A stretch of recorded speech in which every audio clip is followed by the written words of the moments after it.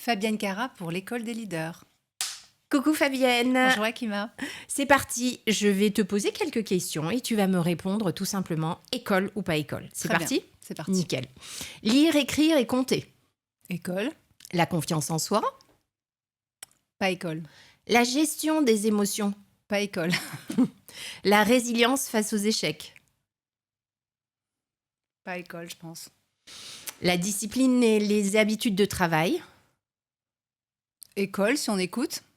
Si on écoute, j'aime bien. Comprendre l'argent et la réussite financière. Pas école, Se préparer au monde de demain. pas école. Savoir vivre avec les autres. École, Trouver sa voie dans la vie. pas école. Le leadership. École, Réfléchir par soi-même. école, La motivation et le goût de l'effort.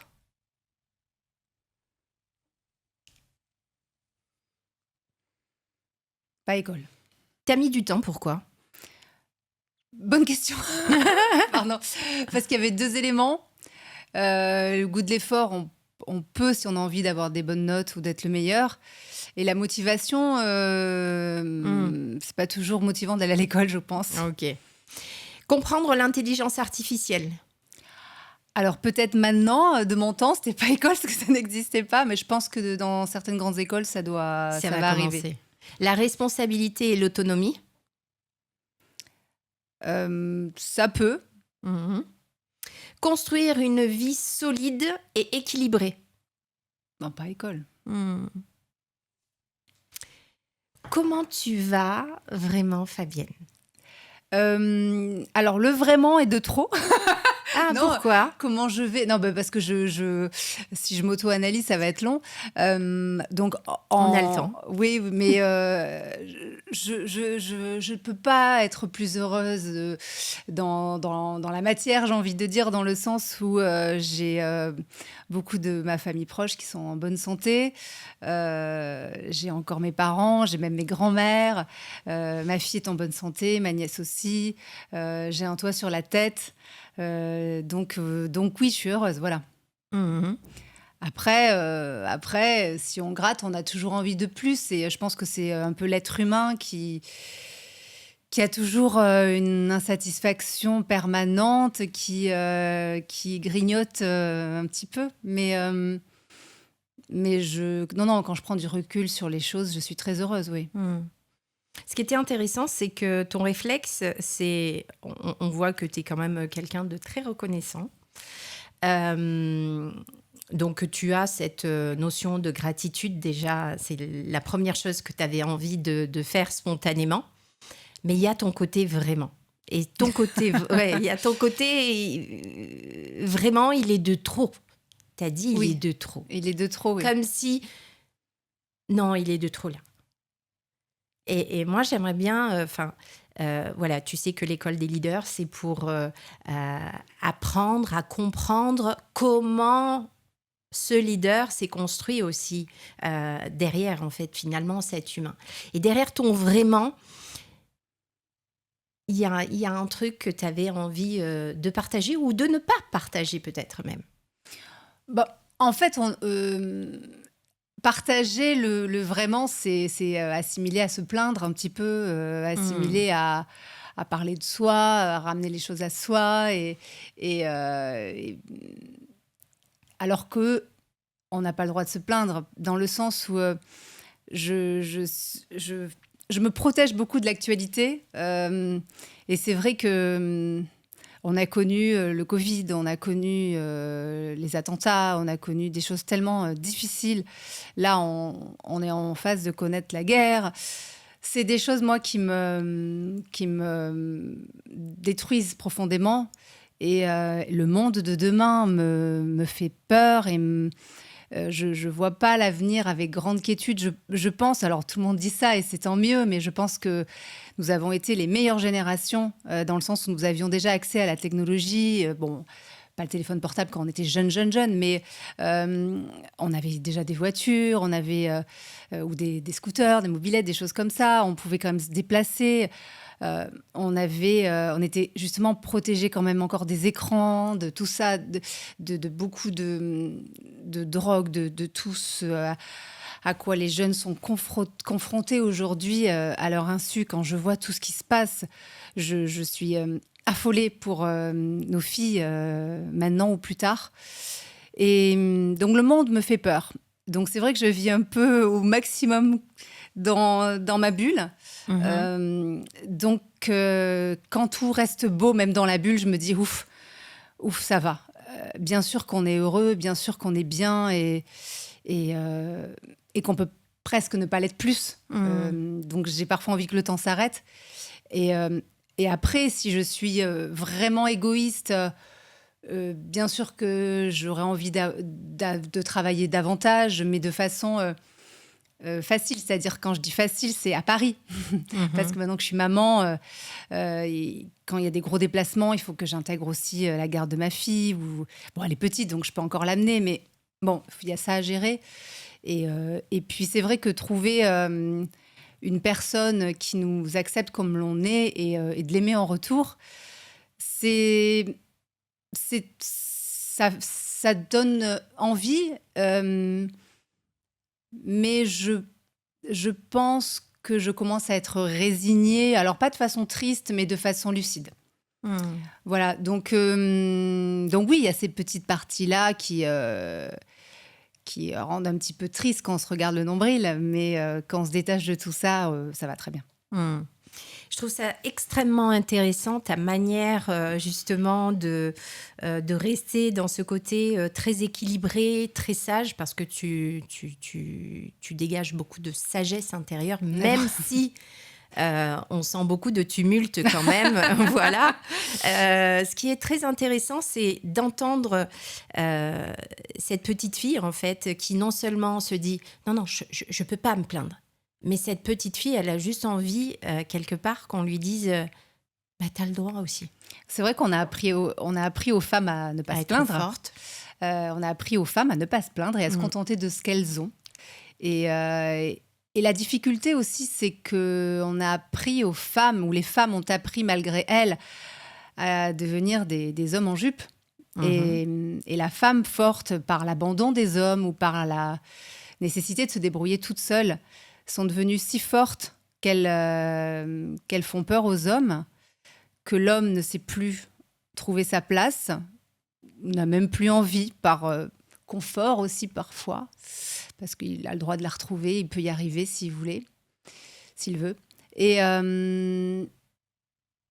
l'homme devient feignant, l'homme n'a plus envie de faire de travaux, l'homme n'a plus envie d'apprendre à changer une roue, l'homme n'a plus envie de mettre ses mains dans le cambouis, de remonter ses manches, de travailler. Pourquoi l'homme est censé gagner plus ? Parce que on bride la femme pour gagner de l'argent. Alors l'homme est censé gagner plus. Si tu vas pas chercher à manger comme un chasseur, offre des choses à ta femme ou ramène à manger à la maison. Mais l'homme il sait même plus faire ça. Il rentre à la maison, il attend, il est en position de « je m'assois ».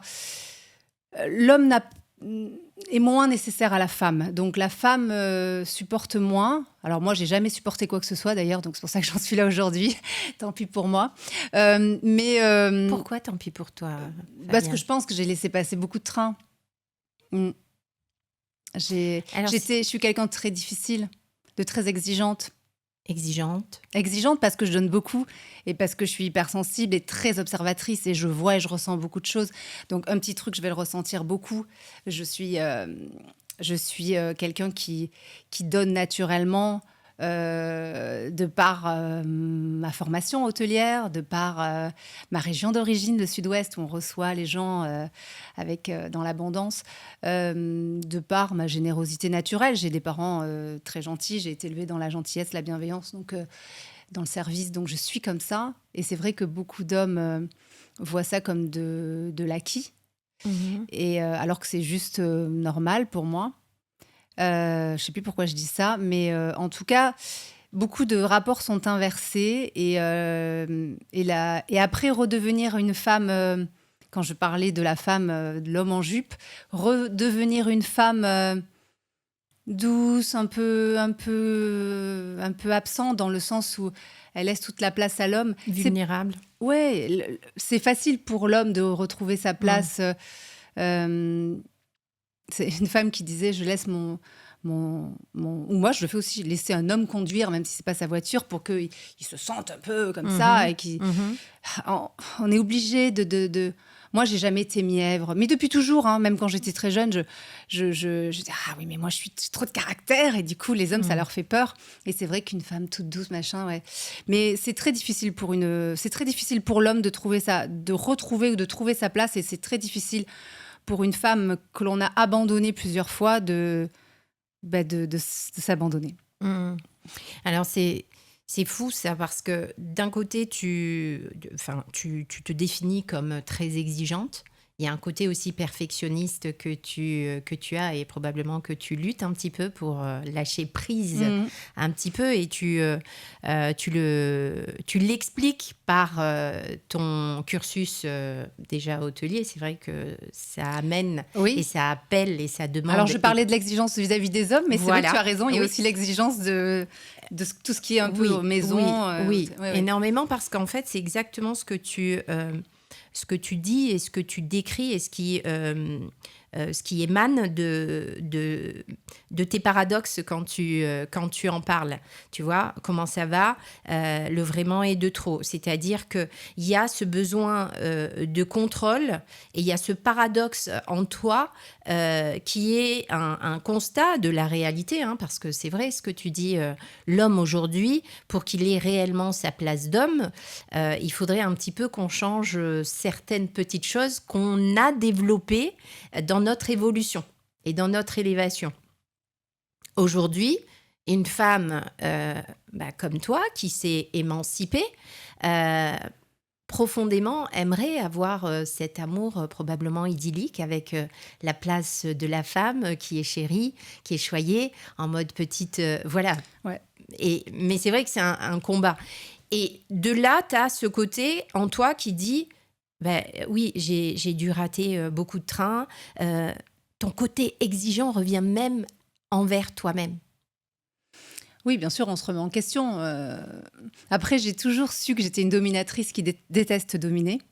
Et j'ai finalement, récemment, compris pourquoi je disais ça. Parce que dominatrice qui déteste dominer. Ok. Et j'ai compris ce que je voulais dire. Enfin, je comprenais déjà, mais en fait, j'ai compris plus profondément. En fait, je suis obligée de gérer les choses, mais ça ne m'intéresse pas de le faire. Et m'abandonner à ne pas les gérer, c'est seulement si j'ai confiance et que je vois que l'autre gère. Et comme il y a très peu de personnes ou d'hommes qui gèrent vraiment, il y en a, hein, mais peu. Enfin, en tout cas, je ne suis pas attirée inconsciemment par ce type de profil. Les hommes qui gèrent ne m'intéressent pas, alors que j'ai envie d'un homme qui gère.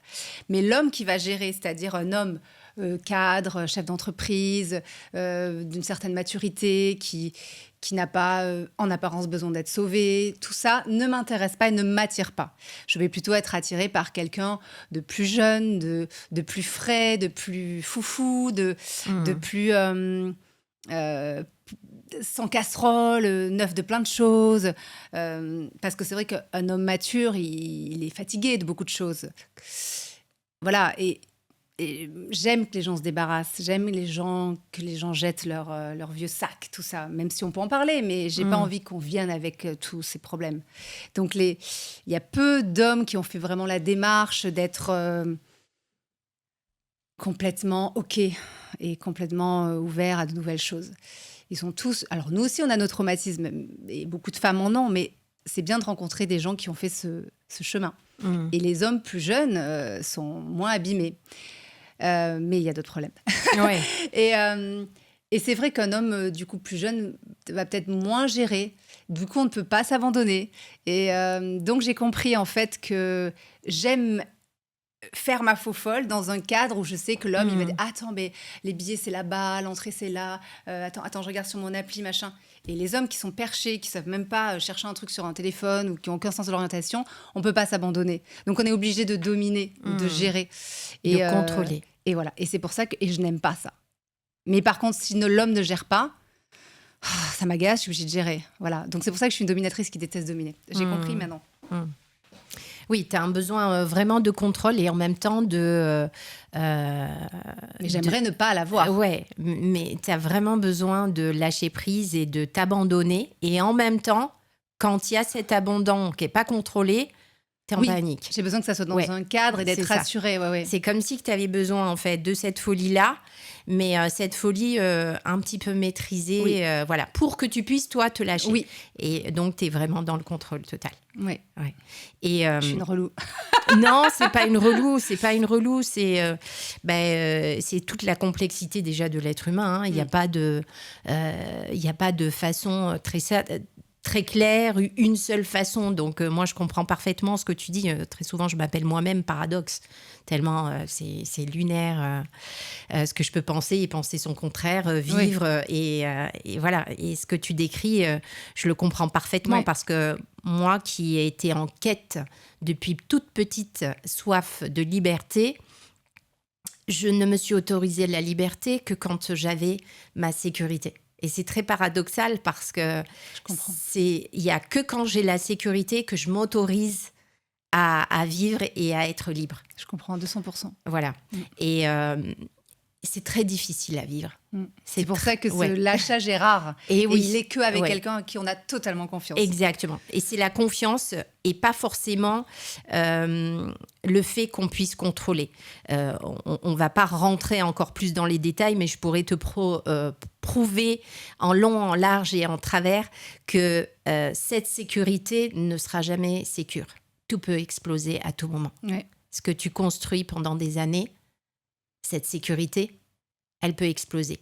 Donc, la vie, et je sais que tu crois justement... là, tu parles encore d'une sécurité de vie. De vie. En fait, que ce soit qu'elle soit amoureuse de l'être humain dans les relations, qu'elle soit matérielle, qu'elle soit familiale, quelle qu'elle soit. Parce qu'on revient toujours à ce besoin de sécurité intrinsèque. Donc, en fait, c'est nous. Tu vois, c'est toujours reporté analogiquement dans les différentes sphères et différentes dimensions. Et c'est là où c'est waouh. Et ça paraît très simple, mais simple ne veut pas dire facile. Et oui, parce que c'est très simple en fait. Quand tu réalises, tu te dis, ok, en fait c'est cool, ça veut dire que tout dépend de moi. Bah oui. Moi je me dis pas ça. Hein. Alors, tu te dis quoi? Alors.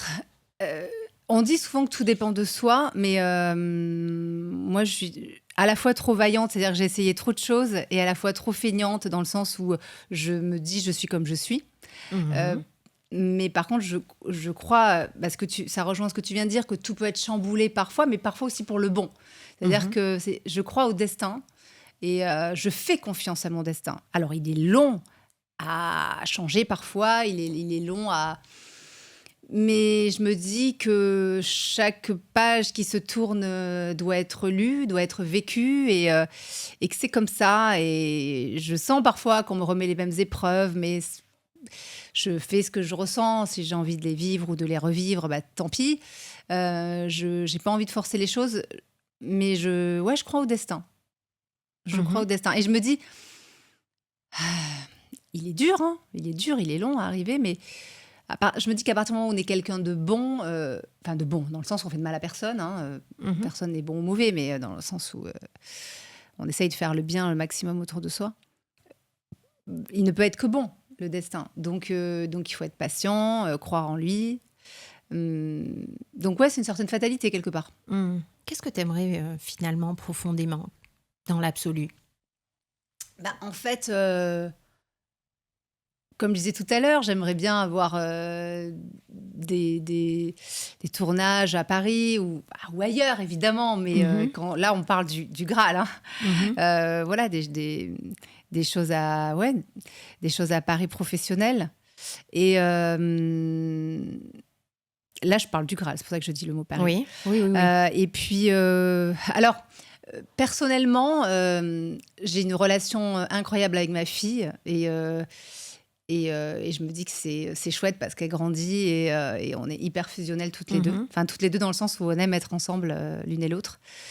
Et donc, je me dis que c'est bien aussi que je vis ce privilège de temps avec elle. Parce que les gens me disent toujours profite, ça passe vite. En fait, moi, ma fille, je peux pas profiter plus. C'est-à-dire que je la laisse à aucun temps périscolaire, aucun goûter, rien. Donc ça, c'est checké. Je dors avec elle. Enfin, je suis complètement avec elle à fond. Donc, oui, je profite beaucoup d'elle. Et puis, non, mais oui, j'aimerais qu'il y ait un homme qui nous aime, ça c'est sûr. Mais c'est vrai que je lui laisse peut-être pas assez de place. Et puis c'est pas évident tout court quoi, à trouver dans les deux sens. Enfin, donc c'est pour ça aussi que je dis que j'ai laissé passer des trains parce que je pense que c'est plus facile de trouver quelqu'un qu'on est un peu plus reculé dans la vie. Plus jeune. Je vais essayer de pas dire ce mot. Franchement, on est jeune, Fabienne. Je me fais tout le temps. Je crois que tu ferais envier beaucoup de femmes à se dire que, ben voilà, on a la quarantaine En avançant, il y a beaucoup d'hommes qui ont cet instinct de reproduction. Et moi, j'ai beau me dire, mais j'ai jamais été fertile, en fait. Mais en fait, c'est jusqu'avant, je ne me posais pas la question. Et eux non plus, parce que c'est vrai que maintenant, c'est pas rabaisser le mot, c'est on est un numéro, on est un chiffre. Et ce chiffre, bah oui, quand on a 36 ans, même 39 ans, on s'en fout. Mais quand il y a un 4 devant, le chiffre, il commence à être un peu gravé sur notre front et on commence à... Ouais, la fonction de la femme est... c'est terrible, on est ramené à un outil reproducteur, quoi. Carmen Diaz prend une mère porteuse, allez, voilà, elle s'en fout. Mais son mec, ils ont l'argent pour ça, donc ça, voilà. Mais c'est vrai que on est ramené à ça beaucoup, et c'est plus compliqué. C'est moins compliqué avant parce que nous-mêmes on a cette insouciance. Tout le monde a l'insouciance, les hommes, les femmes, dans les deux sens. Et maintenant, oui, c'est pour ça que je dis j'ai laissé passer des trains, parce que je pense que c'est plus simple de se fixer avec quelqu'un avant. Voilà. Mais bon, mais je pense que profondément, tu crois aux signes aussi, et tu parles de destin, et tu dis souvent que les choses arrivent quand elles doivent arriver. Voilà. Comme Céleste d'ailleurs. Oui. Et pourtant, qui est arrivée tard, voilà. Oui, mais elle est arrivée tard, elle est peut-être arrivée au bon moment. Oui, au moment où je laissais la place aussi. Exactement. Donc, tu arrêtes Plus belle la vie. 4 mois après, elle arrive avec une personne qui n'était pas du tout le genre de personne qui devait être le papa de Céleste. Et pourtant, c'est lui. Et pourtant, c'est lui. Aujourd'hui, tu dis, oui, j'aimerais peut-être plus d'opportunités. Et pourtant, profondément, tu veux donner à Céleste le meilleur. Tu veux tout lui donner. Ah oui, mais déjà comment ne pas croire en son destin quand on tombe enceinte à 41 ans et que l'on est mais voilà, une des personnes vraiment pas fertiles qui puisse exister. Moi, on m'avait dit que c'était impossible que j'ai un enfant. On m'avait dit, si vous voulez un enfant, ça va être très compliqué, voire impossible. Bon, je m'étais dit, vraiment, c'est pas grave, mettre un enfant au monde, dans le monde dans lequel on vit. J'y tiens pas à tout prix. Puis il faut être prêt vraiment à donner sa vie à un enfant. Enfin, chacun le vit comme il veut, mais moi, je le vois comme ça. Mais là, quand on a un enfant qui arrive comme ça, comment ne pas croire au destin ? Comment ne pas croire aux interventions divines ? Comment ne pas croire aux surprises de la vie, aux tournants inimaginables et fous. Et justement, ce moment-là, tu l'aurais jamais vécu si justement tu étais montée dans un des trains que tu as soi-disant raté. Peut-être.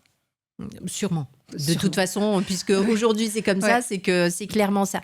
Tout ça pour dire que ce besoin de contrôle et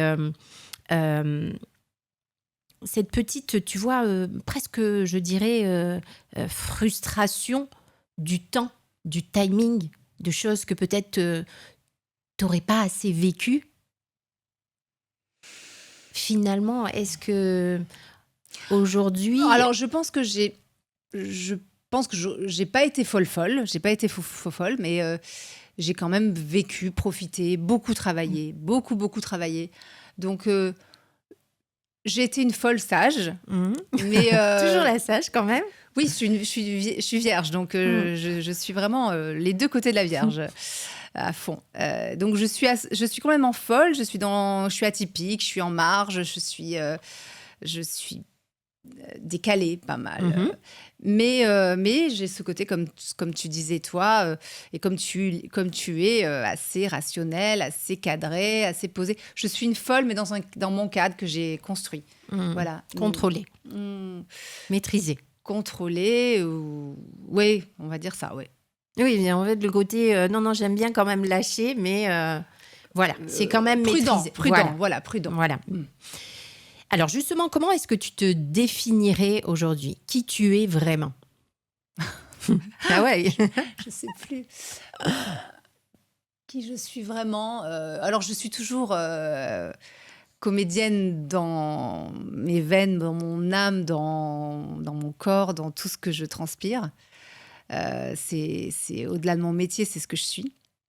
Artiste, mais comédienne vraiment. Après, je suis... alors, c'est aussi par rapport à ce que dit ma sœur. Oui, je suis... Je suis un peu différente des autres. Ça ne se voit pas dans mon métier.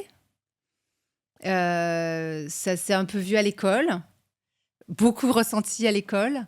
Mais ça n'a pas été diagnostiqué. Parce que quand j'étais enfant, on ne diagnostiquait pas tout ce qu'on peut diagnostiquer aujourd'hui. Donc, toutes mes différences font que je suis ce que je suis. Mais pour une comédienne, j'ai quand même vraiment les pieds sur terre. Je suis très rationnelle, etc. Donc oui, je suis un peu différente des autres. Je suis une hypersensible. J'aime l'amour dans le sens où j'aime aimer, j'aime être aimée. Mais je vais vers les gens qui m'aiment mal. Peut-être par peur d'être aimée, peut-être par protection, peut-être par habitude, peut-être par confort. En tout cas, je ne vais pas vers la facilité.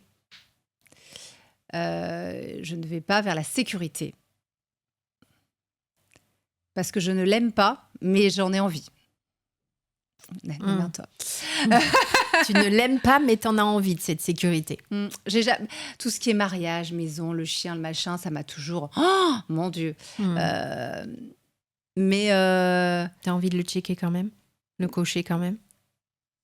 Alors, la maison, le chien, je sais pas, mais... oui, j'aimerais... bon, tu disais que ça n'existe pas, mais j'aimerais, oui, une histoire... apaisante, mais pas plan-plan pour autant. J'ai besoin de vibrer, malheureusement. L'un ne va pas sans l'autre. Il paraît que oui, mais bon. Ouais, l'un ne va pas sans l'autre. C'est-à-dire que peut-être que toi, dans ton chemin, c'est ce qui s'est passé parce que justement, ce que tu aspires, tu es assez sensible à l'univers, Dieu, appelons-le comme on veut. Comme on peut. Ouais, comme on peut. Voilà, moi je suis croyante, j'ai aucun souci là-dessus, mais je respecte toute. En tout cas, on parle de spiritualité pour être plus général. Tu es en fait dans cette dynamique où tu te dis, moi j'aime vibrer. Et tu aspires quand même à une élévation quand même, voilà. Si tu aimes vibrer, tu as besoin de vibrer, c'est que... Me sentir vivante, quoi. Voilà. Et tu as besoin de cette lumière, de cette énergie intrinsèque, là, qui vibre, quoi. Parce que tu as envie de croquer la vie à pleines dents. Et la vie t'a amené plusieurs épisodes, appelons-les comme tu veux, hein, selon les épisodes, tu peux les appeler les épreuves, vers ton élévation. Et c'est ça que nous, êtres humains, on a du mal à comprendre. C'est-à-dire que si tu veux apprendre à avoir du courage, je vais pas te servir le courage ou je vais pas te donner les armes pour t'apprendre le courage. Mais je vais justement t'éprouver pour que tu développes ce courage. Oui, c'est ce que je dis toujours. Si on reçoit une épreuve, c'est qu'on est capable de l'affronter. Et donc, c'est un cadeau. Donc déjà ça. Et non seulement on est capable, d'accord, mais en plus, ça fait partie du chemin que tu décides au fond de toi. Alors oui, il y a le destin. Mais ce que tu veux réellement, tu es sur ce chemin. Alors je te dis ça parce que moi j'ai mis énormément de temps à le comprendre. Énormément de temps. Parfois, je succombe et je rebascule dans mes travers, dans mes schémas, etc. Et ce que tu vis là et ce que tu dis, c'est pas ou l'un ou l'autre. Tu peux vibrer. Mais tu ne vibreras pleinement que le jour où tu t'autoriseras à vibrer. Et tout à l'heure, tu as dit, non, je ne pense pas, ça ne dépend pas que de nous. Quand tu comprendras que ça ne dépend que de nous, c'est là où tu vas t'autoriser à vibrer. Et je sais, c'est la chose la plus difficile, celle que je te dis. Parce que là, ton cerveau, il est juste en train de dire, ah mais non, je suis pas trop d'accord parce que s'il y avait ça, comme si, tu vois, ton cerveau, et ça, c'est pas ton cerveau, je vais aller encore plus profond, c'est ton ego. Ton ego, pas dans le sens péjoratif du terme, Oui. c'est ton ego qui a toujours été là pour te protéger. Il a toujours été là pour protéger Fabienne. Et donc, il va lui dire ce qui est sécurisant pour elle. Je ne peux pas avoir l'un sans l'autre. Et finalement, c'est bizarre, je rencontre toujours ce genre de personnes et je crée toujours un petit peu les mêmes relations. Donc finalement, ce n'est pas trop moi. Mais au fond de toi, c'est toi. Mais le type de personne qui me conviendrait à ce à quoi j'aspire ne m'attire pas. Oui, non, mais ouais. C'est la meuf complètement dingue. Non, mais en fait, c'est ta raison qui t'amène à conclure oui. que c'est ce type de personne qui te conviendrait, parce que mathématiquement, tu as fait tes calculs et tu t'es dit « Ah ben non, finalement, c'est ce genre de personne qui m'attire. » Mais moi, ça me fait pas du tout vibrer, donc c'est pas possible. Non, pas qui m'attire, qui me conviendrait. Oui, qui me conviendrait, mais moi, ça me m'attire pas parce que ça ne me fait pas vibrer. Sauf que c'est ta définition. Toi, tu penses et tu t'es construite en te disant je ne peux pas, enfin, l'un avec l'autre, ce n'est pas possible. Parce que moi, je suis attirée justement par juste cette liberté, cette insouciance, etc. Mais tu parles souvent de ton côté sauveuse. Et ton côté sauveuse ne peut sauver. Bon, alors ça j'ai réussi quand même à m'en débarrasser de celui-là. Ouais. J'ai réussi. Mais tu vas quand même être attirée par... Mais en fait, j'ai redit ça par rapport au fait que j'aime pas trop être avec un mec qui gère beaucoup. Ouais. T'as besoin de... ça ne m'attire pas inconsciemment, mais même si je sais que c'est bien, c'est des gens intéressants, mais c'est pas... Par exemple, je dis n'importe quoi, je me rappelle l'autre jour, je vais te présenter un super avocat, machin. Ça m'intéresse pas du tout. Ouais. Non, je préfère quelqu'un qui a besoin, qui a envie d'évoluer, qui a envie... qui et tu penses qu'un avocat n'a peut-être pas... Ouais, enfin, le délire... Non, je sais pas. Enfin, pas. Oui, mais après, c'est normal. C'est un exemple. Oui, parce que tu t'imagines... En fait, ces profils-là, finalement, qui sont... Trop établis. Voilà. Et qui sont trop sécurisants. Finalement, ils t'insécurisent. Ouais, parce qu'en fait, tu as l'impression de presque t'éteindre en fait avec ce genre de personnes. Alors, j'y suis pas vibrer, quoi. Ouais, que j'aurais du mal à trouver ma place. Ouais, je sais pas. Moi, c'est un peu compliqué. Mais en fait, c'est pour ça, je pense qu'à un moment donné, c'est pour ça que je disais lâchement, je Non, mais c'est très intéressant parce que là, on voit que déjà ton hypersensibilité que tu viens justement, tu viens d'utiliser ce mot pour te définir, c'est quand même extrêmement intéressant de comprendre comment est-ce qu'on peut à la fois être, tu vois, dans ces combats intérieurs un petit peu, mais en même temps, avoir une vie qui, de l'extérieur, ta carrière, nous, on n'est pas à l'intérieur de toi. Donc, c'est OK, tu as fait énormément de choses, un parcours incroyable, actrice, chanteuse. Là, tu vas lancer ton podcast qui sera peut-être issu de... Non, tu disais par rapport à ton spectacle non, tu voulais le mettre en forme non, je l'ai fait Ah, déjà. voilà, ça y est. Je l'ai fait, Donc, ça y est, c'est un podcast. Voilà, Oui, ça, je l'ai fait. Non, je suis allée au bout du truc. Non. Voilà, tu vas à chaque fois au bout de ce que tu entreprends. D'autres projets imminents très intéressants. Voilà. Mais c'est, voilà, non, mais j'ai toujours envie de faire des choses... Et souvent autour de l'amour, quand même. Autour du thème de l'amour, souvent. C'est des choses qui m'intéressent. J'ai entendu une fois que tu disais que... dans les prés. Non, tu sais que je suis nulle à retenir. L'amour dans les prés. L'amour est dans le pré. L'amour est dans le pré, c'est le genre d'émission que tu aurais bien. Oui, complètement. Que tu aurais bien voulu. Oui, c'est le type de choses que j'adore, ou dans laquelle je me sentirais à ma place. Oui. Donc, on a dit que tu as ton côté hypersensible, côté quand même exigeante, tu peux dire. Oui. Oui. J'aime bien. Oui. On peut le dire. Après, je mets de l'eau dans mon vin et j'ai beaucoup de sagesse, mais et sage. Oui, après exigeante. Envers toi-même. Oui, et puis alors oui, bien sûr, mais c'est assez naturel je sais par exemple avec mon ex Léo, je n'étais pas exigeante parce qu'il était, j'avais rien à exiger. Il était super, donc je ressentais pas ce côté-là de moi. En fait, c'est vrai que j'avais plein de travers de moi qui avaient disparu. Ouais. Donc il y a plein de choses aussi. On cherche toujours à se remettre en question, à travailler, à changer. Mais si on rencontre la personne qui colle. Tout ce qu'on a pu croire qui étaient des défauts, en fait, ça disparaît parce que la personne aime ça ou en a besoin ou est là pour t'aider, ou du coup, il n'y a rien de problématique, en fait. Tout est OK parce que ça coule tout seul. Ouais. Donc, c'est pour ça qu'il faut parfois aussi ne pas toujours se remettre en question et on est oui, comme de on lâcher est. prise, et c'est pas le plus facile. Si je te rencontre à 8 ans, je découvre qui ?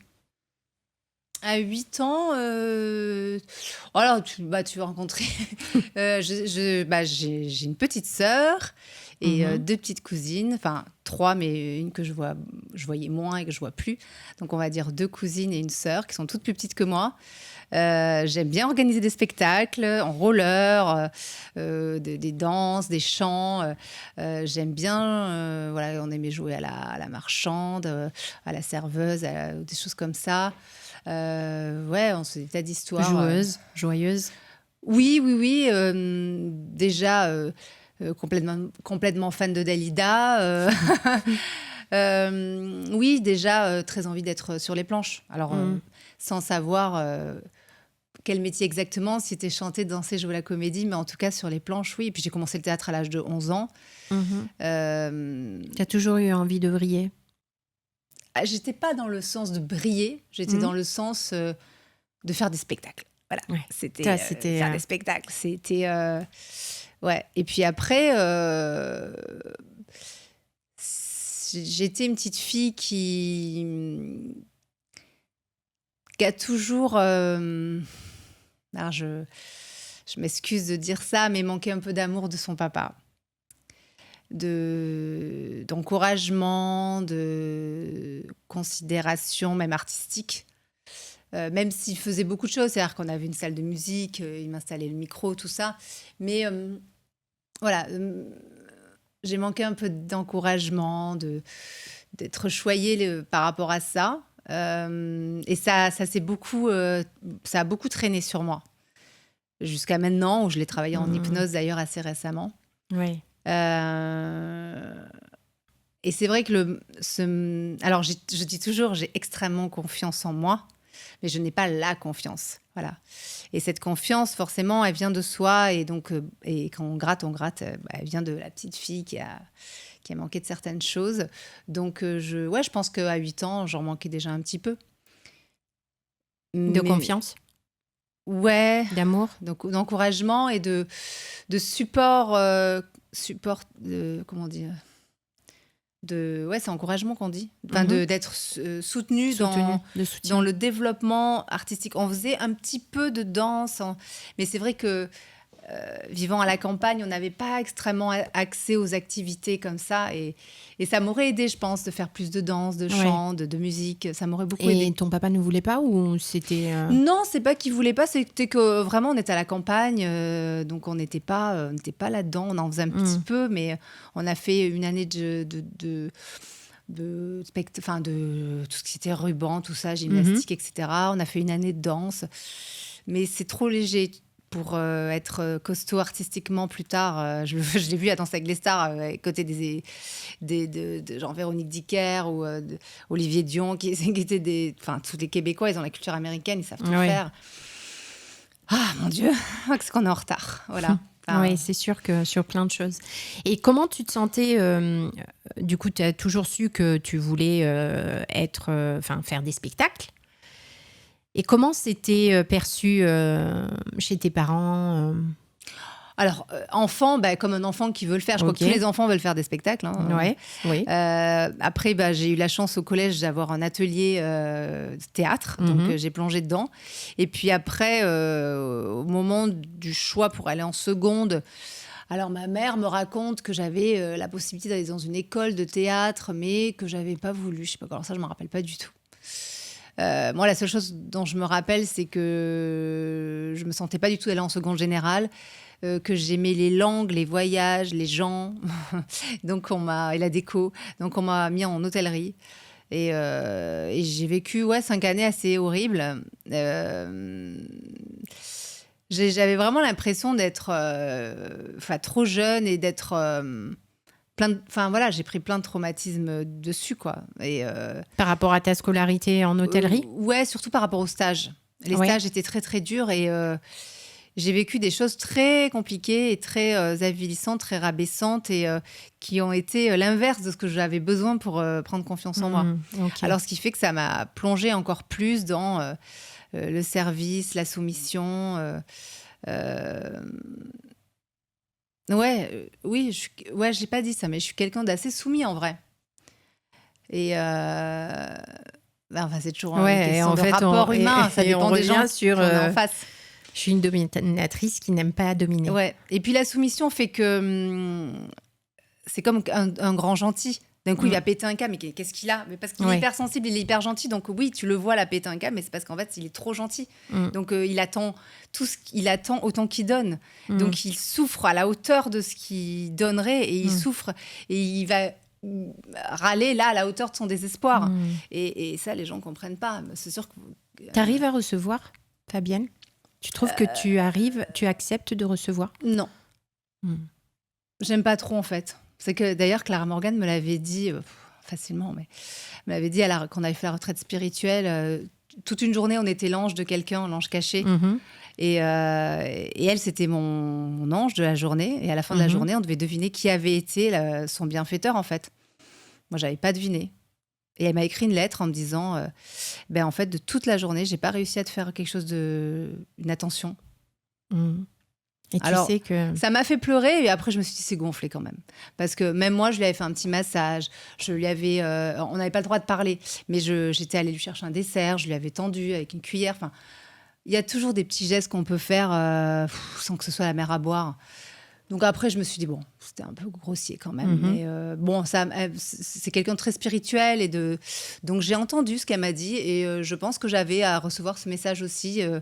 Donc je l'ai remerciée énormément parce que oui, elle m'a appris quelque part que je ne laissais pas la place à recevoir. Bon. C'est dur à entendre ça. Hein. Oui, et c'est facile à dire.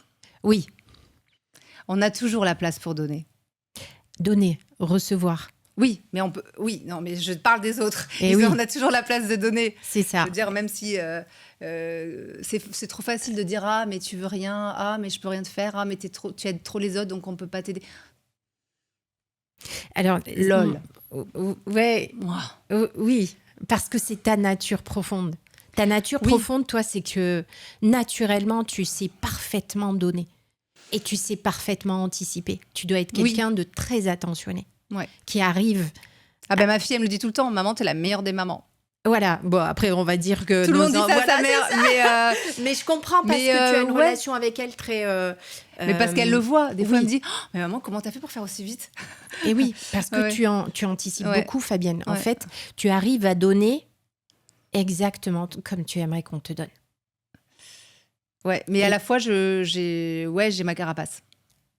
C'est très difficile. Ouais. Je t'assure que je sais, ça pique parce que moi, le jour où j'ai compris ça, enfin, où j'ai appris ça, que les personnes qui donnent très naturellement, même trop, beaucoup, ce sont des personnes qui ne laissent pas forcément, je te le dis, je suis comme ça, ne laissent pas forcément de place pour recevoir. C'est comme si, en fait, c'est beaucoup plus facile de te donner que de recevoir. Parce que de toute façon, quand je vais recevoir, je vais avoir ce sentiment de te donner encore plus. Parce que je suis tellement sensible au moindre petit truc que tu peux faire que ta manière de me donner, elle va prendre une proportion énorme. Et d'ailleurs, les personnes comme ça qui sont dans le don, très souvent, en fait, elles vont avoir cette aptitude à donner, à anticiper et derrière être un petit peu frustrée parce que c'est tellement simple de donner comme on donne que derrière, on se dit « mais c'est facile, tu peux me donner ». Non, c'est facile, je ne demande pas la lune. C'est une attention, mais ton attention, elle est due à ton hypersensibilité. Oui. Après... En dehors de ton épisode. Après... En dehors de ton épisode. Hein. Je suis aussi hyper consciente de quand on me donne. En tant que maman, solo, il y a des trucs mais très bêtes. Par exemple, on a donné le bibi à son bébé, il commence à s'endormir et le bibi est à moitié plein. Ouais. Si on se lève, on va le réveiller et pour le mettre au frigo, je parle. Et si on se lève pas, ça, on le met à la poubelle. Ouais. Donc, c'est rien, on va dire, mais 200 bibis jetés à la poubelle, bon, voilà. Et c'est vrai que, ayant été seule pas mal, quand Léo est arrivé, qui captait et qui était quelqu'un, je parle au passé parce qu'on n'est plus ensemble, mais il est toujours, quelqu'un de brillant et qui comprenait tout ce que je lui disais, qui m'aidait. Le peu qu'il faisait, j'étais pleine de gratitude. Et c'est vrai que là, l'autre jour, il est passé nous voir. Céleste s'est endormie sur le canapé et je lui ai dit, est-ce que tu peux aller tirer la couette je sais plus, tu laisses la grande, pas la petite, machin. Est-ce que tu peux fermer les volets? Mais voilà, il a capté et c'est une aide géniale. C'est vrai que quand on est maman solo, on a son bébé qui dort dans la voiture, qui s'est endormi. On doit prendre le bébé, ouvrir la porte, pas faire de bruit, prendre son sac, son téléphone, claquer la porte, ouvrir le digicode, le machin, le truc, Kling et machin. C'est un enfer. Et c'est vrai que quand je vois les mamans qui râlent après leur mec, ou même dans les parcs ou des copines, je dis mais les filles, vous captez pas là, la chance que vous avez d'avoir quelqu'un qui vous aide, quoi. Ouais. C'est rien que porter une poussette quand je vois les parkings, combien il y a de parkings où il n'y a pas d'ascenseur, ou alors il y a un ascenseur mais il va pas jusqu'à l'extérieur, il faut finir à pied ou pareil dans l'autre sens. Mais il y a des trucs tellement ubuesques et là, tu vois, l'homme, il a sa place. Ouais, oui, mais après... Là, l'homme, il a sa place, mais il n'est pas là. Après, c'est vrai que voilà, maman solo, c'est pas facile. Mais tu vois, pour en revenir à mais non, quand mais tout ça on pour donne... dire que je peux que voir, tu peux recevoir, bien sûr. Voilà. En fait, voir, mais ça, c'est clair que tu vois. Et oui, bien sûr que là, en l'occurrence, Léo te connaît. Et il a cette capacité justement à te donner et tu lui laisses la place parce que... Je lui fais confiance. Voilà, exactement. Tu fais confiance. Mais parce qu'il gère. Oui. Parce qu'il est... mais avant de gérer, il a fallu, tu vois, Non, j'ai tout de suite vu qu'il gérait. Voilà. Et oui, alors oui, je vois tout de suite qui gère. Donc Oui. si tu veux, oui. Tu ressens en tout cas cette énergie qui te permet de... C'est bon, je sais que ça, il va gérer, donc je peux y aller. Donc très souvent, pour revenir à donner, apprendre à recevoir, et c'est pour ça que je mettais à part l'épisode de cette journée que vous avez partagé ensemble, qui devient très raccourci, ce serait trop simple. Et moi, je sais que j'arrive à être déclenchée sur ces genres de choses. C'est-à-dire, non, ne me résume pas à ça. Je suis quelqu'un de généreux, très généreux, donc ne me dis pas que je ne sais pas recevoir, ça m'énerve. Ouais. Voilà. Si tu devais résumer ton enfance en 3 mots, Fabienne, tu résumerais ton enfance comment ? Campagne, famille et rassurante quand même. Quand tu étais enfant, est-ce qu'il y a quelque chose que tu as compris que tu devais apprendre toute seule ? Un truc où tu te dis waouh, un truc d'hyper important. Croire en mes rêves. Croire en tes rêves. Ouais. Ça, je savais que ça ne viendrait que de moi. Et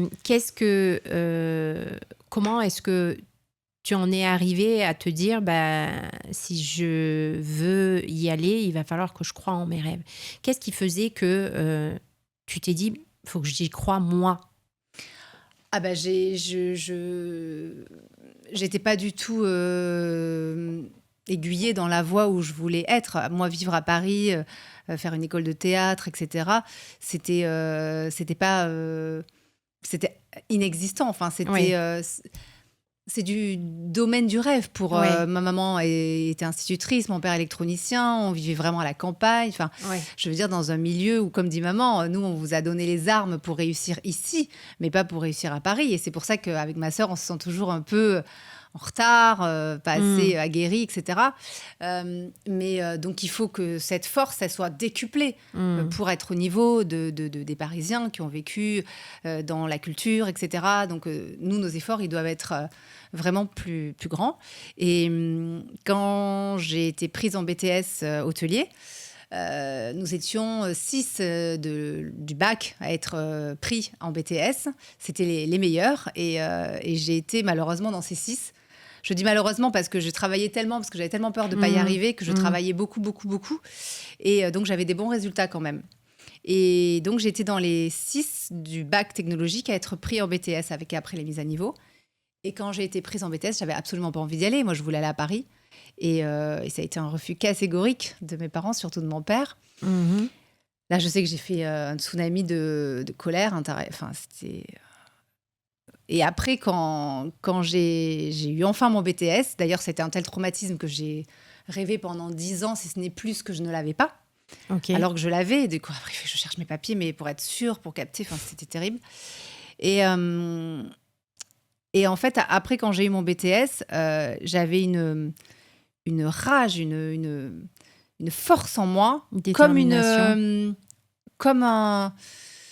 un bouchon de champagne qui va péter, ou comme je sais pas, j'ai plus l'image là, mais comme une soupape en fait qui va, parce que ça monter la frustration de ne pas être à ma place. Même entre les 2 années de BTS, j'avais un stage catastrophique et je me voyais en fait sortir de mon corps. En fait, combien de fois je me suis vue sortir de mon corps pendant ces périodes-là.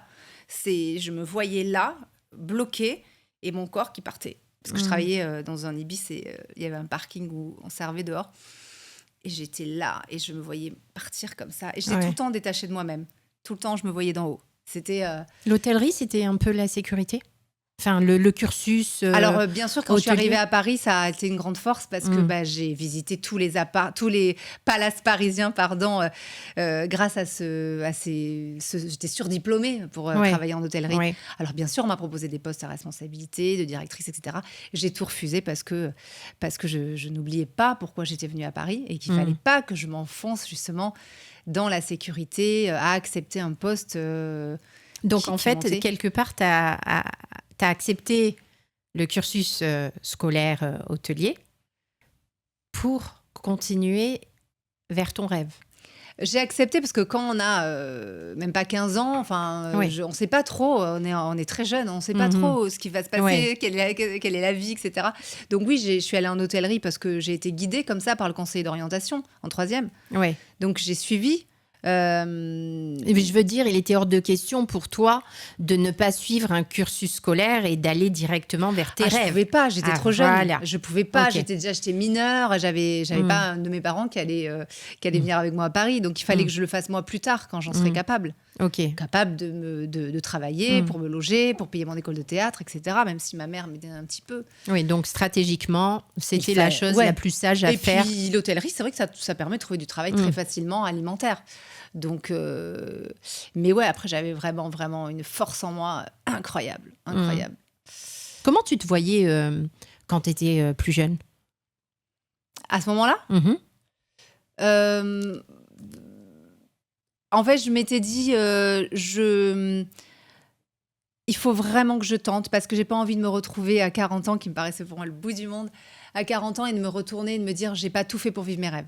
Voilà, c'était pour assumer qui je suis. Voilà. Et donc, je me suis dit, pour moi-même, il faut que j'aille à fond. Ouais. Et je me rappelle de notre professeur de théâtre qui nous avait dit, vous êtes 1 sur 1000 à vivre de ce métier. 1 sur 1000. Ouais. Alors maintenant, on doit être 1 sur 10 000. Hein. Mais à l'époque, 1 sur 1000. Et pour moi, il n'y avait aucun problème, quoi. J'en ferais partie. Ouais, dans ta tête, c'était J'étais convaincue. tellement déterminée. Ah, oui, oui. ouais. C'était C'était moi. une évidence, quoi. Oui, alors je voyais que j'avais... Alors, je sais pas si je peux dire ce mot chance, mais moi, j'habitais... D'abord, j'étais dans une chambre de bonne. D'abord, j'étais dans un foyer de bonne sœur. Après, j'étais dans une petite chambre de 11 mètres carrés. C'était un peu plus qu'une chambre de bonne quand même, mais c'était un appart coupé en 3. Bref. Mais j'étais dans le 15e. J'étais tellement heureuse déjà. Et quand j'allais répéter avec les autres élèves de l'école de théâtre chez eux, alors c'était pas chez eux, mais ils habitaient dans 150 mètres carrés, dans le 6e, une appart-maillot, des apparts de famille. Et je me perdais là-dedans, c'était immense. Et je sentais bien qu'il y avait un décalage quand même. Il y avait aussi un petit cousin de Patrick Bruel, on allait chez lui, pareil, des portes immenses, et des apparts haussmanniens avec des grandes portes, et des pièces qui n'en finissaient pas. Je me disais, là. Et moi, j'étais dans mon 11 mètres carrés, je rêvais qu'il y avait une porte que j'avais pas vue et qu'il y avait une autre pièce derrière. J'étais toute serrée dans ma tête.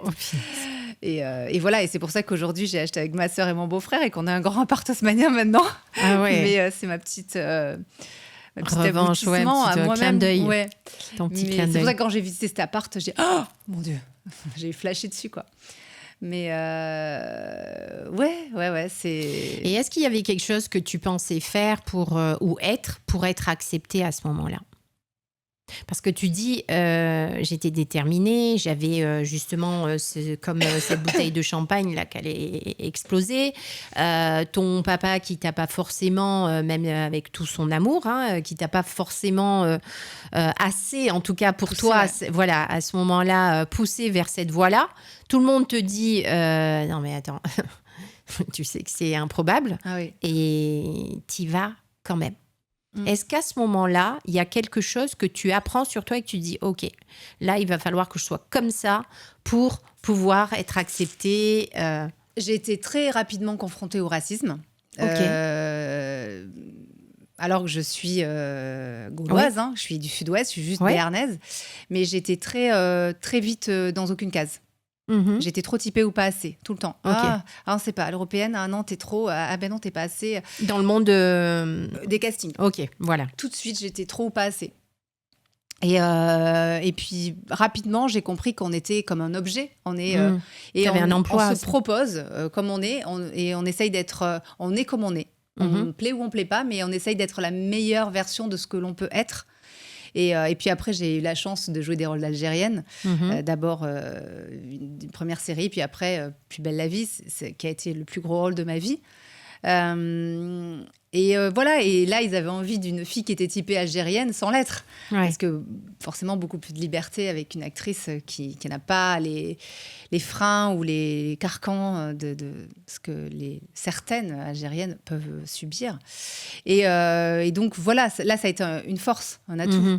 Et Samia, quel personnage incroyable et pétillant et extraordinaire. Donc... oui, cette faiblesse est devenue une force. Ouais. À un Là, moment c'est là donné. où ta différence était Ouais. devenue ta force. Ouais. En tout cas, une belle opportunité. Ouais. Mais ça, c'est vrai que c'était très perturbant. Ah bah non, vous êtes trop. Ah bah non, pas assez. Ah bah, on sait pas où vous mettre, dans quel cadre, machin. Et après, je me suis dit, mais en fait, il suffit de raconter une histoire. En fait, je peux très bien faire une européenne, je peux très bien faire une italienne. Enfin, et au contraire, limite une eurasienne avec un trait de crayon. Enfin, je veux dire, justement, je suis une force. Bon, il le voit pas, mais bon, ça c'est de tout temps, c'est comme ça. Mais bon, après, maintenant, je suis qui je suis et j'ai passé toutes ces étapes. Qu'est-ce que tu comprends aujourd'hui sur toi que tu voyais pas avant? Que je ne suis pas le vilain petit canard. C'est-à-dire? Même à Plus belle la vie, j'ai longtemps ressenti que j'étais le vilain petit canard. Dans quel sens? J'étais très peu dans les promos, très peu dans les couvertures, très peu mise en avant. J'avais l'impression d'être le vilain petit canard. Étant arrivée en plus 10 mois après le début de la série, j'étais pas dans le noyau de base, donc j'ai toujours l'impression d'être à la traîne, toujours ce sentiment un peu d'être en marge. Et puis après, à force, j'ai été un des personnages principaux. Et on ne peut plus aimer, on ne peut plus numéro 1, quoi. Donc, et puis j'ai fait des centaines de couvertures. Donc au final, je n'étais pas le vilain petit canard. Je l'ai été au début, mais après, j'ai réussi à le dépasser. En fait, c'est ce que tu pensais. Tu pensais qu'on te voyait un petit peu comme ça? C'est ce que je ressentais, oui. C'est ce que tu ressentais, en fait. Ouais. Ça va avec cette sensation de subir le racisme aussi. Ouais. C'est fou, hein, parce que quelque part, en fait, tu subis le racisme alors mais moi, que... quand je suis arrivée à Paris, je me rappelle quand je poussais les portes des immeubles pour aller à un casting ou comme ça, j'ouvrais la porte et je voyais la petite vieille comme ça, mais je sentais trop qu'elle pensait ça. C'était horrible, en fait. Ouais, je dis, mais c'est très bizarre comme sensation. On te prenait pourquoi? Pour une maghrébine? Ouais, qui dérangeait dans les beaux quartiers, quoi. Ouais. Qu'est-ce qu'elle fait là, celle-là? Ouais. Et... C'est dingue, hein. Après, ça s'est complètement gommé. Ouais.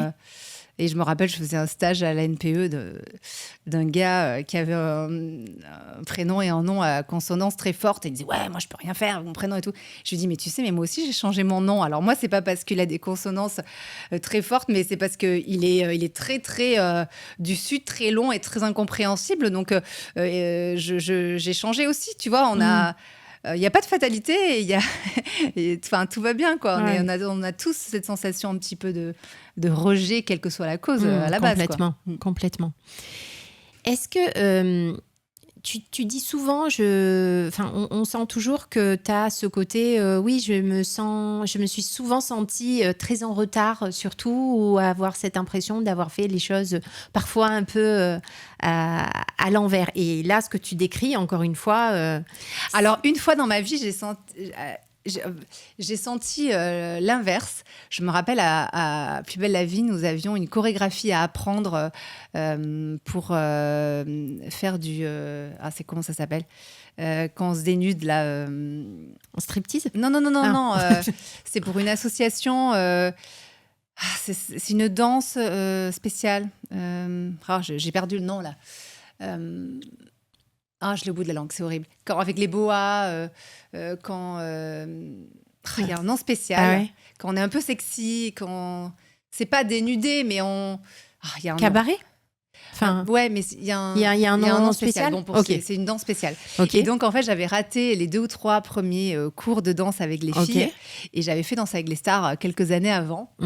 Et quand je suis arrivée, elles m'ont montré la choré et je l'ai retenue en 2 secondes. Ouais. Et là, j'étais fière parce que pour la première fois de ma vie, j'avais cette sensation d'aisance et cette sensation de maîtriser quelque chose. Top, je vois très bien. Et là, je dis waouh, mais en fait, j'ai fait tellement de danse que, en fait, là, comme ça, je vois la choré une fois et je la retiens. Alors que dans Danse avec les stars, j'avais l'impression d'être tout le temps à la masse. Et là, j'étais waouh, mais en fait, j'ai tellement travaillé ma danse que ça y est, je suis comme ça. Et ça me fait plaisir. Et aussi, j'ai eu un peu cette sensation en studio, à force de faire du studio, d'avoir des facilités aussi pour chanter. C'est des sensations qui sont agréables aussi. En fait, tu crées énormément de connexions par ton travail. Mais c'est très intéressant ce que tu viens de dire parce que tu expliques clairement ce que ça fait quand on crée ces connexions. C'est quoi les connexions? Tu as quelque chose déjà de nouveau. Ensuite, tu veux l'apprendre, donc tu sais que tu ne sais pas faire. Donc ensuite, tu prends conscience donc que tu ne sais pas faire. Ensuite, tu as conscience que c'est bon, tu as maîtrisé le truc, et puis jusqu'au jour où tu es inconsciente de ce que tu as appris. Et là, ce que tu dis, ça rejoint aussi ce que tu décrivais précédemment, où tu disais « Ouais, mais j'avais toujours l'impression d'être en retard parce qu'ils sont en avance. Moi, je dois travailler. J'étais à la campagne, j'arrive à Paris, il y avait plein de choses. » Et ça, en fait, c'est quand même un fil rouge dans ta vie, j'ai l'impression. Oui. Parce que souvent, Ouais. Ouais, la sensation d'être. Tu atteins un Ouais. objectif, tu vois, regarde Plus belle la vie, on va le citer, encore une fois. Tu atteins un objectif quand même incroyable. C'est incroyable ce que tu as fait plus de 15 ans et c'est toi qui pars. Ouais. Enfin, juste ça, c'est... Ouais. Tu vois, il faut se poser et se dire « Waouh !»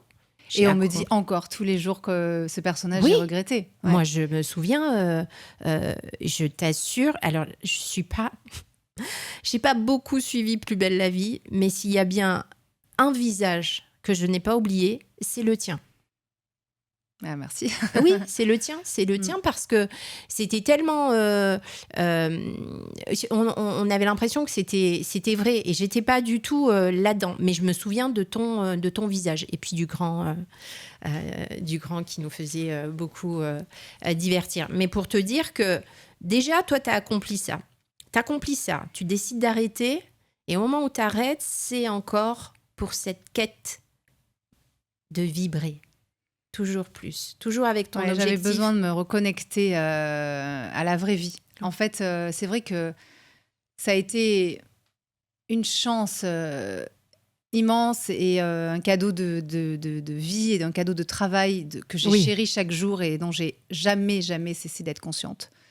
C'est pour ça que j'y suis restée si longtemps et vraiment très reconnaissante. Mais j'avais aussi envie de me confronter à d'autres choses et d'être plus à Paris et surtout de me reconnecter à des choses toutes bêtes comme une balade en forêt sans avoir ce stress incroyable de toujours avaler des pages et des pages et des pages de texte. Et voilà, et la vie m'a rattrapée autrement. Et c'est ça. Elle t'a rattrapée autrement, mais pour t'amener là où tu ne sais pas, mais là où tu dois être. Certainement. Oui, mais c'est vrai, hein, tu sais... Hop, je vais te proposer de tirer quelques cartes. Il y a des questions avec un mot. Et tu y réponds. Là, tu peux en tirer 3. 3. Ok. Ça y est ? Hop. On a pris le temps, hein ? Je te les lis ? Ouais, vas-y. Tu commences par la première et tu y réponds. Influence. As-tu influencé sans forcément t'en rendre compte ? Est-ce que j'ai influencé quelqu'un ou quelque chose ? Est-ce que tu as l'impression d'avoir influencé quand même soit une personne, quelqu'un, peut-être même une génération avec ton rôle Oui, alors je sais que justement avec mon rôle, oui, ça m'a créé quelques vocations dans la police. Et puis c'est vrai qu'à la fin de mes spectacles, j'ai des fans qui sont venus me voir plein de fois, souvent régulièrement, et qui sont devenus presque des copines, j'ai envie de dire. Et c'est vrai que j'avais parfois des ressentis. Et à force de les voir, et elles m'ont suivi aussi des dédicaces de mon livre. Enfin, elles sont venues vraiment beaucoup me voir. Et je parlais avec elles parce qu'elles attendaient la fin des dédicaces. Et il y en a certaines, j'avais des intuitions. À force de les voir, j'ai dit, mais toi, tu dois faire ça, t'es comme ci, comme ça, comme ça. Et c'est vrai qu'elles m'ont pas mal écoutée et elles sont passées de la jeune fille à la jeune femme, beaucoup plus épanouie. Et je suis assez fière d'elles, ouais. Parce que... Et je sais que quand on est sur scène et quand en plus on a une notoriété, on tient c'est comme si notre message était sacré. Et on a beaucoup d'importance et donc d'influence J'ai marié des gens aussi sur Waouh, scène magnifique. ouais, Ah oui? oui, parce que j'avais rencontré des gens et avant mes spectacles et en discutant avec eux, j'avais senti C'est qu'une dingue. femme voulait que son homme lui demande en mariage. Lui, il n'a rien vu. Et bon, bref, j'avais organisé un truc et ils se sont mariés. D'ailleurs, Waouh, j'étais invitée au mariage. top. Ouais, non, oui, ça, on peut dire que j'ai eu un petit peu d'influence. J'en ai eu d'autres, mais ouais, c'est là. Liberté, te sens-tu libre? Pas trop. Pas trop. Je me suis jamais sentie vraiment libre. Je me suis pas vraiment sentie libre. Déjà, pendant Plus belle la vie, j'étais très sérieuse, très scolaire. Donc, j'étais très sérieuse dans mon travail. Après, quand j'ai été mariée, bah oui, je me sentais pas très T'es libre. restée mariée combien de temps? 6 ans. Mhm. 7 ans avec le divorce. Oui. Et maintenant, je me sens pas trop libre parce que j'ai la grande responsabilité d'être maman. Et j'arrive. Ouais, voilà, il faut vraiment que je m'occupe de ma fille. Et ouais, j'ai vraiment l'impression qu'elle a besoin de moi. Et du coup, ouais, je peux mettre cette liberté de côté. D'ailleurs, c'est marrant parce que quand je regarde des photos de, par exemple, c'était l'exemple à Cannes, je vois les photos dans la rue avec des copains et tout pendant le festival. Et ça a cette sensation de liberté perdue quand on est maman. Mhm. Identité. Quand as-tu commencé à te définir toi-même? Je sais pas si j'ai commencé. Je sais pas. Identité. Je suis pas encore terminée, je crois. Est-ce qu'avec Céleste, tu as l'impression que quand même tu commences un peu plus à... J'ai encore des lacunes. Dans quel sens? Je suis pas parfaite. Je suis pas. Oh, alors non, la perfection, Non, rassure-toi. mais je veux dire. J'aimerais, ouais. Ouais. Bah, j'essaye de faire qu'elle soit la plus heureuse possible, mais Mais t'aimerais quoi? parfois je sens une identité masculine lui manque. Ah bah tiens, identité, il y a écrit. Une identité masculine lui manque. Donc j'essaye de beaucoup combler. Mais c'est vrai que en tant que maman solo, je sais qu'elle aimerait voyager avec moi, mais des fois j'ai un peu peur de partir loin toute seule avec elle. Pourquoi? Déjà, prendre l'avion, moi je suis moyennement courageuse. Ouais. Le train, ça va, mais prendre l'avion toute seule, je sais que j'allais à Los Angeles, des fois j'arrivais toute seule, mais se concentrer. Hein. Et c'est vrai qu'avec un enfant de 4 ans, là j'ai des amis qui habitent à Miami, il faudrait que j'aille les voir. J'ai un peu peur en fait d'aller toute seule avec elle. Mais c'est quoi qui te fait peur? De C'est gérer moi-même, de gérer les panneaux, où est-ce qu'on va, ma fille qui peut s'échapper, les sacs portés, elle, machin, où on va. C'est trop pour moi en fait. Ok. Ouais, j'ai peur un peu. Ouais, t'as encore ce besoin de contrôler, de Ma fille déjà maîtriser. a tendance à s'échapper. Ouais, donc ça rassure pas non plus. Ça me rassure pas. Et puis après, il faut porter les sacs. Avant, quand elle était petite avec la poussette, ça allait, mais j'accrochais tout à la poussette et elle mettait dessus. Voilà, mais 4 ans, je pourrais presque encore l'y mettre. Mais ouais, oui, tu peux toujours avoir une petite poussette. Ce truc et si tu oublies des choses, ouais. Finalement, c'est pas très grave. Ouais. Tout s'achète sur le nécessaire. La seule chose, effectivement, mais c'est... on est tout, en fait. Quand on est toute seule avec un enfant, on est garde du corps, on est on fait l'orientation, on fait la gestion, on fait porte-bagages, on fait nounou, on fait gouvernante, on fait tout. Donc, et je sais que ça la rend un peu malheureuse de pas voyager avec moi. Voilà, mais c'est un exemple. Hein. Oui. C'est un exemple.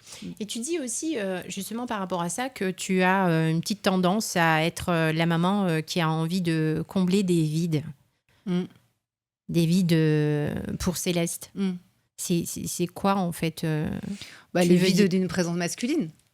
Toi, tu es convaincue? Oui, je le sais parce que oui, elle oui, parce qu'elle me le réclame, mais après je lui explique, je lui dis, tu vois, si t'avais un papa, je dormirais pas avec toi, donc tu aurais moins ta maman. Enfin voilà, j'essaie de lui dire des trucs. Après je vois des trucs bêtes quand on marche dans la rue, s'il y a ma sœur à côté, elle va s'accrocher à nos deux mains et sauter, voilà, se suspendre à nous parce que elle aime bien, enfin voilà, des trucs bêtes, quand il y a, un entrepreneur, qui vient très souvent à la maison faire des travaux. Quand, il est là, elle aime sauter qu'il la fasse sauter. Enfin voilà, c'est ce Mmh. truc de besoin, Ouais, ouais. ouais, ouais, voilà, bon après, Après, c'est l'instinct de maman, hein. C'est un petit peu normal que tu veuilles, combler ses besoins, hein, que tu estimes, mmh, importants, hein. Tu sais, c'est comme, dans une séparation, c'est pareil aussi, hein. Tu te dis, «Ouais, est-ce que je fais le bon choix? Je fais pas le bon choix? Est-ce que ça va manquer? Est-ce que ça va écorcher?» Oui, oui, c'est leur chemin. C'est très dur en tant mmh, que mère d'accepter, de ne pas être la seule, à pouvoir contrôler leur bien-être, leur bonheur, et cetera. C'est très difficile.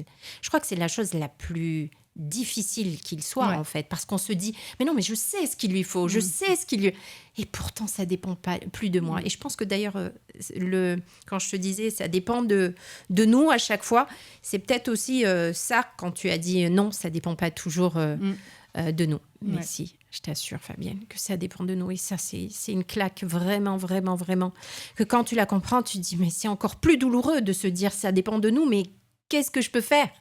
Qu'est-ce Mmh. que je peux faire de plus que ce que je suis déjà en train de faire, d'être tout le temps là pour elle?» Ben, juste te faire confiance. Parce qu'un enfant réussit à grandir juste avec une figure d'attachement, en sécurité, bien. Mais pour ça, ça va partir de toi. Oui, oui, non, mais après Voilà, tu vois? je fais tout pour qu'elle soit Et bien, hein. voilà, mais elle est super bien, j'en suis Mmh. sûre. Quand tu parles d'elle, elle a quel âge maintenant? Un peu plus de 4 ans. Voilà. Mmh. Et enfin, moi, juste quand je t'entends parler d'elle, elle est extrêmement éveillée, elle Ah est, oui, oui, voilà, elle est pertinente, oui, oui. elle a déjà de Et l'esprit, elle a c'est à sa, son avis, c'est ouais, voilà. ouais. Donc, tu vois, c'est juste nous. C'est pour Mmh. ça que je te dis, ça dépend de nous. Mmh mh. Allez, 3 petites cartes.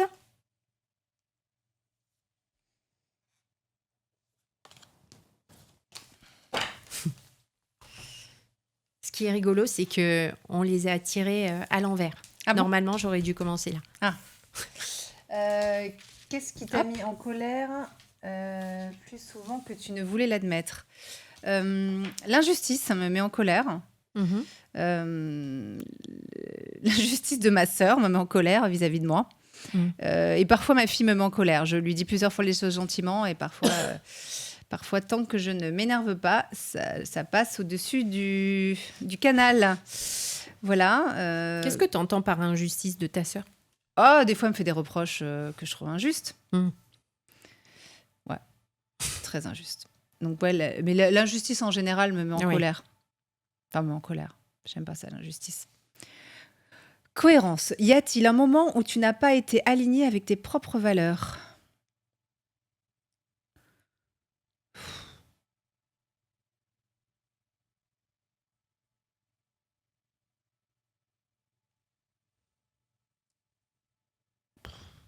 Je crois pas.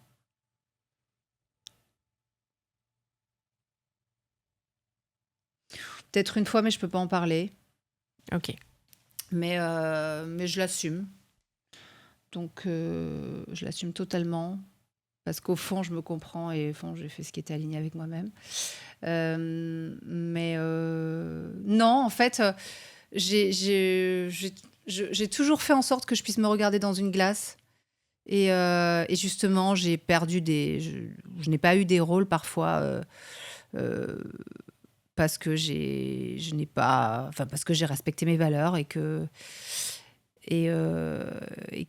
je préfère être cohérente avec moi-même, ce que je suis et, euh, et voilà.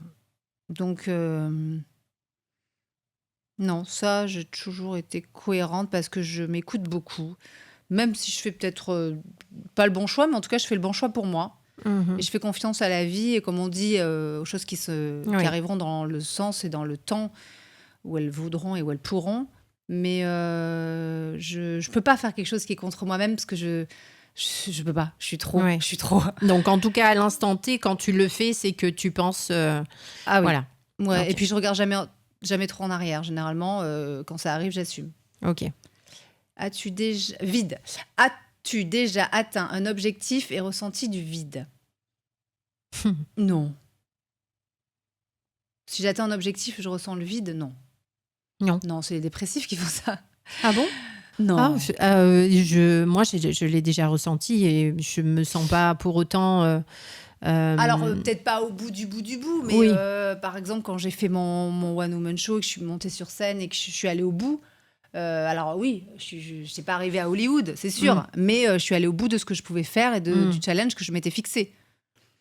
Oui, alors quand j'ai fait Danser avec les stars, oui, j'ai été frustrée de mes prestations, mais je suis allée au bout. oui. En fait, toi, c'est toujours tes objectifs quand même professionnels. Oui. Oui. Non, je n'ai jamais ressenti de vide. Mhm. Ok. Allez, 2 dernières ici. Ouais, tac. Et tac. Échec. Quel échec t'as le plus marqué? Alors, un qui a été une grande frustration, ça a été la danse, la valse, justement, à Danser avec les stars. Je sortais de... Je ne sais plus dans quel sens. J'ai fait la valse Sicile impératrice et après, je partais en Britney Spears, très sexy et tout. Donc, c'était ça super.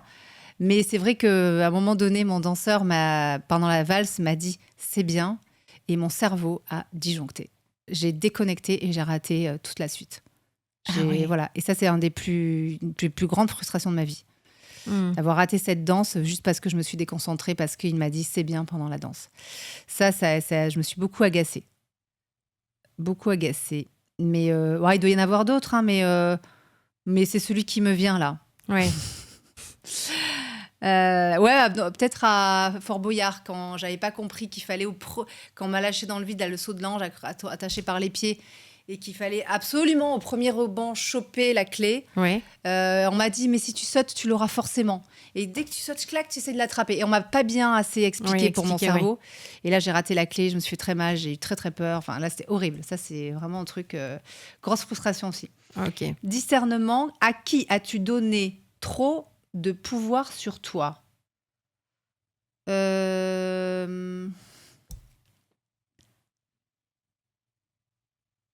Alors, une personne que je ne peux pas dire. Et autrement, je penserais à mon stage de BTS. La personne que tu peux pas dire, non pas pour la dire et non pas pour chercher à savoir c'est qui, c'est pas du tout le but. C'est quoi le type de pouvoir que tu as donné, si tu peux? Sur ma vie.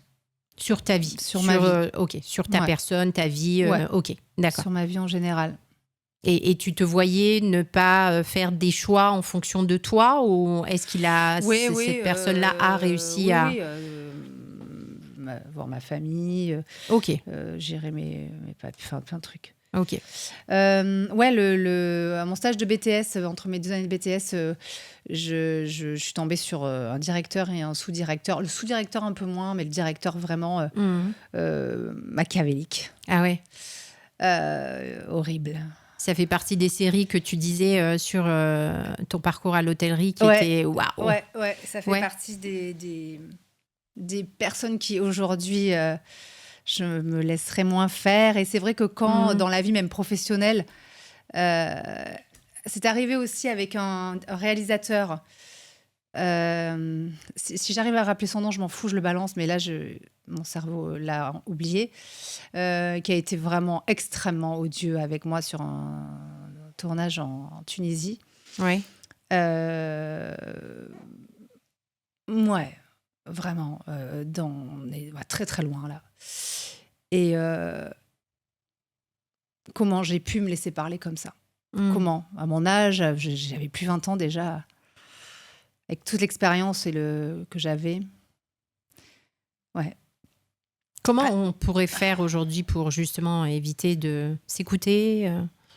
Qu'est-ce que tu donnerais comme conseil? Juste prendre conscience qu'on est personnage principal du film et que juste tu me parles pas comme ça en fait. Parce que si tu me parles comme ça, je m'en vais et ton film il est foutu. Ouais. Donc, mais je suis tellement au service de l'autre et tellement dans la soumission qui est ancrée en moi que quand je suis sur un plateau, je me tais, je dis rien. Je suis au service du réalisateur. Et j'ai...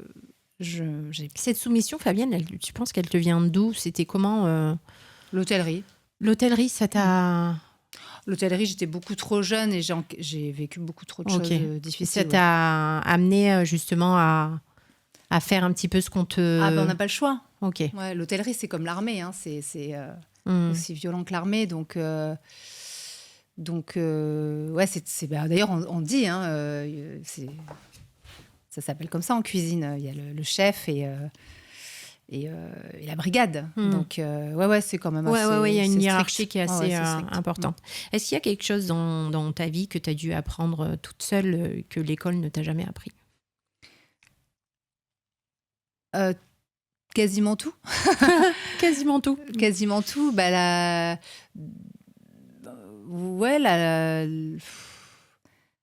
l'estime de soi, l'instinct, croire en ses rêves, ne pas croire qu'il n'y a que l'école qui fait que tu peux être heureux ou réussir dans la vie. C'est pour ça que quand je vois, pour ne citer personne, des parents qui sont là, ah, mais quelle école il va faire? Il faut que je fasse ça pour ça, qu'il soit pris, nanana. Moi, je me dis, mais ouais, bien sûr, il faut que ce soit une bonne école, mais c'est le plus important, c'est les fréquentations C'est ça. et d'être heureux dans sa vie, d'être bien, quoi. La connaissance de soi, Ouais, le respect de d'être soi. heureux. Quel est ton rêve et comment on va faire pour l'atteindre, quoi. Exactement, c'est la mission de l'école des leaders. Quelle est la plus grande illusion sur la réussite selon toi? L'argent. Oui, le côté matériel, en fait, penser que réussir... Bien sûr que ça fait partie du truc, parce que c'est la concrétisation de la réussite. Oui. Donc c'est sûr que... Mais à la réussite, il y a aussi un accomplissement de soi, il y a aussi un épanouissement. Mais c'est vrai que la matérialisation, c'est l'argent. Ouais. Ouais. Penser que réussir, c'est réussir financièrement. Je pense qu'il y a des gens qui gagnent beaucoup d'argent, mais qui ne sont pas heureux. Donc clairement. pour moi, ce n'est pas complet. Ok. Qu'est-ce que tu aimerais que les jeunes comprennent très vite, finalement? Avec ton vécu, ton histoire, juste de se respecter. Ouais. Le respect de l'autre. Ouais. Et que chacun a sa place à un moment donné. Ça sert à rien de marcher sur les autres. Occupe-toi de toi, en fait. Ouais. Se respecter, s'occuper de soi. Respecter les autres et s'occuper de son chemin à soi-même. Si tu avais une matière ou deux que tu pouvais rajouter à l'école, ce serait quoi? Le respect, ce qu'ils font d'ailleurs aux États-Unis. Ils font des cours de bienveillance, d'entraide, tout autour de ce thème-là. Et tout ce qui passe par l'élocution, la respiration, l'expansion, s'exprimer, réfléchir, méditer. Tout ce truc de bien-être, en fait. Développer son intelligence émotionnelle, finalement. Oui, et puis, oui, alors ça aussi. Ouais. Mais ça, ils le font un peu avec la motricité parfois. Et ça, c'est un peu... les cours de théâtre au collège, moi, ça faisait un petit peu cet effet-là, hein, de s'épanouir comme ça. Mais c'est quelque chose de... S'émanciper physiquement, en respirant, enfin tout ce qu'on fait au théâtre, en fait, ça fait du bien. Si l'enfant que tu étais nous écoutait aujourd'hui, qu'est-ce qu'il aurait besoin d'entendre?